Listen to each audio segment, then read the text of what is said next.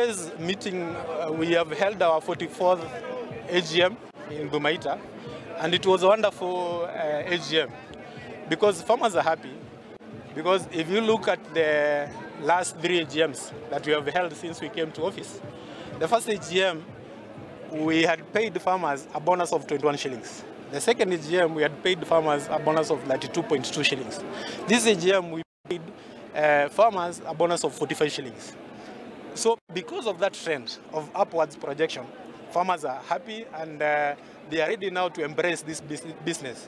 But going back like 5 years, if you remember, even if you go back to the news, you'll see that farmers of Thumaita have been, for the past, agitated because of the downward trend of their returns, especially in bonus.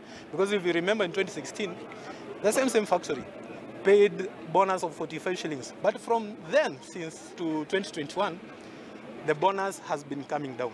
So we have changed the trend. We are very happy that the trend now is on upwards.